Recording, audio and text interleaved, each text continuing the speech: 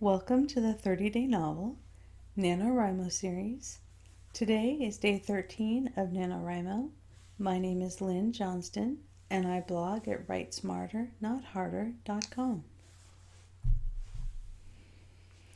So as always, we want to talk about how we're going to move the story forward. So today your character, your protagonist, is going to be experiencing growth triggered by the first pinch point. The first pinch point probably surprised the protagonist in some way as to how strong the antagonist is, and forced the protagonist to confront their flaw or their wound or their troubled past. Yesterday, the protagonist reacted to what happened in the first pinch point, reacted to that confrontation that they had with their flaw, or whatever problems it is they're trying to resolve personally. So today we want to see that internal struggle kick off some growth for your protagonist. We want to see your protagonist behaving as a little bit better person. And also, the protagonist forces should at this point learn something from their encounter with the antagonist in the first pinch point that allows them to grow in some way. It may be because the protagonist has started to recognize what he's doing wrong or she's doing wrong, and it allows him or her to come up with a better strategy, or to recognize a new resource, to basically have a better mindset. Maybe what happens is an increase in awareness of other people's suffering, and this causes the protagonist to be a better leader. Or maybe it just sparks off greater determination. Maybe your protagonist has suddenly realized, oh my gosh, I've been making this same mistake over and over and over again my whole life, and now that I realize that this is what's been making my life less than ideal, now I'm very determined to conquer my inner demons in the course of also conquering whatever goal it is I'm trying to achieve. So you want to ask yourself today, how did your protagonist's understanding of the flaw or wound or defining trauma change as a result of that internal conflict in the first pinch point? What self-knowledge has your protagonist gained as a result of what they just underwent? Also, I would encourage you to ask yourself how this new understanding is going to give birth to a better plan, a better mindset, or a recognition of overlooked resources.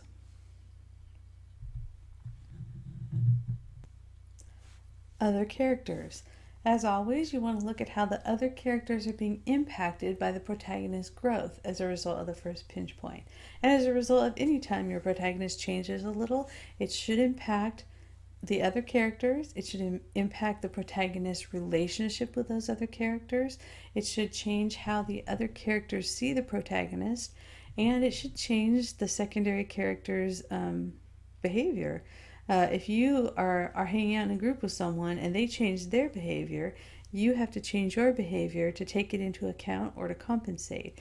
And if it's a good change, maybe what you do is you're relaxing a little, or you're letting that person take the lead, or you're suddenly free to do something you want to do because the person who's changed is finally doing what they're supposed to be doing.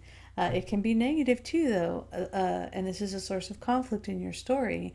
Whenever you change, and anybody who has tried to quit smoking or go on a diet or do anything that involves a radical change of behavior, the people around you who are used to you engaging in those behaviors and who may or may not engage in those behaviors themselves often will be upset by that, or they'll give you a hard time for the fact that you're like not eating cupcakes anymore, or they'll try and cajole you out to have a smoke break because they liked you the way you were. And your characters are going to be the same way. Even if your protagonist is changing for the better, maybe there's a secondary character there who's like, oh, I really liked you cynical. I really liked your sarcastic sense of humor. I really liked that you were kind of defeatist because I'm kind of defeatist, and it made me feel like I wasn't alone. So think about how your other characters can actually be unhappy or unsettled, and change their behavior as a result of your protagonist growing. Looking for ways to up the conflict. How do the protagonist and his or her allies demonstrate increased commitment to their goal, and how do they up their game against the protagonist? You're heading into the midpoint, and the midpoint is a turning point of the story. So you want to think about your protagonist kind of gearing up on the quest. The midpoint is often a point that changes the direction of the story. Coming out of this pinch point and having had a little bit of personal growth, that gives your protagonist a little bit of a boost. And we don't, people talk about always escalating the conflict and escalating consequences in a story, but you still want there to be rises and falls in the tension. Sometimes you want to feel like your protagonist is making progress, even if what they're making progress on doesn't ultimately defeat the antagonist and they still have to do something else at the climax. This is a great point to give your protagonist a little bit of an easier period, or a more hopeful period, or a happier period. Having gone through these, like the crisis and then this big kind of first defeat, this is a good time for your protagonist to pull himself up or herself up by her bootstraps and say, hey, no more of this. Let's go do this other thing over here that I think is going to get us what we want. Also, you want to ask yourself, what's the new plan? And plans are always a source of conflict anytime your character makes a decision. First of all, because if you're choosing one thing and you're not choosing any of the other options. So it's an opportunity for internal conflict. But also, every new plan has obstacles that have to be overcome. So as soon as your protagonist comes up with a plan and says, yes, now we're going to go through the mountain pass and make it to the castle on the other side, your protagonist has just committed to overcoming a whole bunch of new obstacles. Obstacles are where conflict comes from. When your protagonist engages with an obstacle, that's basically a conflict. So look at the protagonist's new plan. Also look at what the antagonist is doing now that he or she seems to be winning a little bit. And again, it might not be that the antagonist is like, haha, everything's cool now, my plan is undefeatable. I mean, maybe, depending on what kind of antagonist you have. But your antagonist has probably gained some advantage from whatever happened in the first pinch point. And you want to think on how you can build on it. Like, does your antagonist, going back to the example we had before, the antagonist raised the village. The villagers are no longer a resource for the protagonist, but they're now a burden. What is the antagonist doing now? Is he going, aha, now that my protagonist is saddled with 200 hungry villagers, I'm going to go and burn all the fields between the village and this castle? Or am I going to go and wait until they're all sleeping out, camping in a field at night, and attack them? What is your antagonist doing to take advantage of the fact that things are starting to go his or her way? Looking at your setting, what elements in the setting do the protagonist and his or her allies now recognize as useful? What elements do they now know that they need to avoid or treat differently? Your setting is always a potential source of conflict. What's in your setting, or what can you put in your setting that will both help the protagonist or hinder the protagonist? And also, something that's helpful can also be a source of conflict. Let's say that what the protagonist really needs is a tree, like a magical tree that he needs to cut down so that he can make a magical spear that will pierce the heart of the magic wizard that he's trying to defeat. It's a lot of work to cut down a tree. And if it's a magical tree, it probably has a guardian or protections placed on it or magical powers it uses to defend itself. So you've automatically, that having that helpful resource shows up automatically gives your protagonist more work to do and another way that he or she can fail or suffer or have to sacrifice something. Looking at your story promise. In the first pinch point, however you showed the protagonist's internal conflict, you implied one way or another that there was going to be a certain type of growth that the reader was going to see. So this is the time where you want to show the reader some of that growth. Not all of it. The protagonist can't be completely changed man or woman as a result of the first pinch point, because if he or she is perfect now and has solved all their personal problems, then there is no internal conflict for your climax. So We don't want to fix the protagonist yet, but we want to see them making progress, doing things a little bit better or smarter in some way as a result of what they just went through. Getting started, as always, remember these pre-writing ritual and the warm-up exercise that you do, your rereading of yesterday's work, or you're looking at your notes. All of these things signal to your brain it's time to write. It's time to write. This is what we do before we write. You're making an association, and every time you do it, you make it stronger. So you may be tempted to play with it, and that's fine. Please do something. Do something to get yourself into your story world, even if you've decided that your pre-writing ritual that you started with isn't working and you're going to try something else. Basically giving yourself that signal, as many environmental signals as you possibly can, that you're about to go into writing mode, is going to help make that writing habit easier to establish. And sometimes it could be just as simple as making yourself a cup of tea and sitting down at your desk at the same time every day. If you can't sit down at your desk at the same time every day, and it's not even the same desk, maybe you're going to Starbucks and writing, maybe you bring something with you, maybe you listen to the same inspiring song every day right before you start your writing sessions, something that puts you in a relaxed mood or a happy mood, or that symbolizes something important and hopeful to you. Whatever it is that you are using to tell yourself, hey, it's writing time, keep it up. And you're gonna thank yourself. Future self will thank past self for doing this, because in 3 months, if you've been doing a writing ritual consistently, it's going to be so much easier to just get started putting words down every day. And that's the goal. If you can put words down every day, if you only write 1 page a day and you do it every day of the year, that's 1 novel a year. That's, well, 1 350-page novel. Maybe your novels are longer.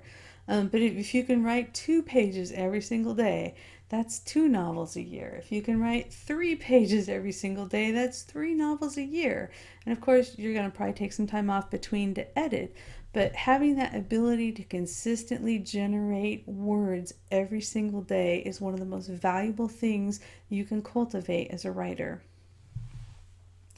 I also want to say, if you're struggling with your plot, every day when you sit down and write now in the middle of your story, I want you to sit down and think about, what are the 4 major sources of conflict for my character, for any character?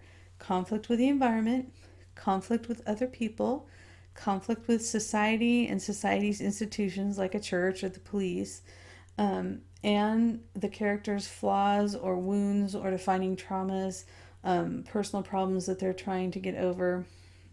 Those 4 things are the building blocks of conflict. And if you look at those every day and you look, okay, how is my character not getting along with his or her environment today? How is he or she not getting along with other people? What societal institutions can become obstacles for my character? And how can my character trip over his or her own 2 feet by just doing something that's self-sabotaging, or giving into a vice, or just not being skillful enough because they're with social interactions, because they're too defensive about whatever secret they're keeping. These are your sources of basic conflict, and you always want to look at them when you're not sure what to write next. And here's the other thing. You do this with your protagonist, and maybe there isn't anything new with your protagonist. Maybe you move to your antagonist and look for these major sources of conflict with that character, or maybe you pick some secondary characters. How can one of the people who are taking care of your protagonist's mules having problems on the journey? It's like maybe they're ready to quit, or they made a huge mistake that causes your party to lose a whole bunch of their supplies. It doesn't have to be the protagonist having a problem directly. There can be indirect problems that the protagonist has to deal with that are caused by other people having these sources of conflict. Maybe your protagonist's sidekick goes and pisses off the local police. And so now whatever your protagonist would have been able to do in working with the local police or avoiding the attention of the local police, now that's another problem for him or her to solve because the contagonist couldn't keep his mouth shut when he needed to, or said the wrong thing at the wrong time, or stole an apple from somebody who was really vocal and whose brother-in-law was on the police force. It's like you never know where your sources of conflict are going to come from. As a person, like you have problems every day, all the time, that are caused by somebody else having a problem, somebody else who had a fight with their spouse and they cut you off in traffic and you have a fender bender because of it. It's like everybody in your protagonist environment is a potential source of problems. And of course, the more problems your protagonist has to overcome, the more conflict they're going to engage in, and the more suspense or tension you're going to have as you move through the story. And the other thing is you have to make sure the conflict is meaningful. It can't just be like, oh, so and so broke up with their boyfriend, now he doesn't want to make breakfast. It needs to be a problem that is going to be meaningful for the protagonist. And if your problem is coming from a secondary character, that means that secondary character has to be someone that the protagonist at least cares about a little bit. Or it has to be a problem that affects the protagonist's ability to pursue a meaningful goal. And by meaningful goal, I mean meaningful to the protagonist, a goal that your protagonist really cares about. So after you write, I encourage you always celebrate your progress. Give yourself a pat on the back, or give yourself a free time, 15 minutes of playing your favorite game on your iPad, whatever it takes to make you feel like you're celebrating a little bit that you have accomplished your word count for the day. Do that. That reinforces your writing habit. As always, prepare for tomorrow. Make sure that your writing space is set up. Make sure that you've got earplugs in your backpack if you're going to go write in a noisy cafe. Whatever you need for tomorrow to be easy, do that today and make it easy on yourself tomorrow. Thanks for hanging out with me. I hope you're having a great time doing NaNoWriMo. I look forward to talking with you tomorrow. Happy writing.